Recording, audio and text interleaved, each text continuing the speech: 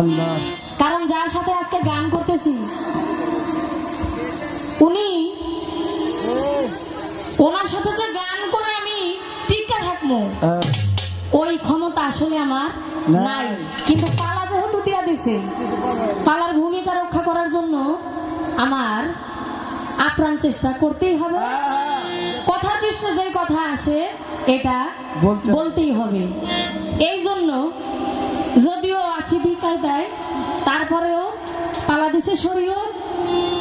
আমি আমার মারিফতের ফকির যিনি, ওনাকে আগেই বলে যাই, মানে ওয়ার্নিং দিয়ে যাই আর কি, যে এখানে আসছি এটা একটা অলির দরবার।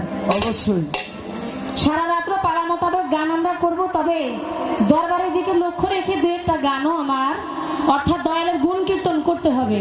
আপনি যেন দাঁড়ায় আবার না করেন কি করলে এটা শুরু যে হ্যাঁ শরীয়তে থাইকা ওলিয়ার গুণগান করতেছে, কি করতেছে এটা আগে কয়ে গেলাম। কারণ মন থেকে দু একটা গান অবশ্যই আসবে, সেগুলো করতে হবে, করব। তাই দরবারের দিকে লক্ষ্য রেখে আমি একটা গান করি, এরপর দেখি আমার ফকির সাহেব কি কয়, তারপর তার পিছনে পিছনে গান করার চেষ্টা।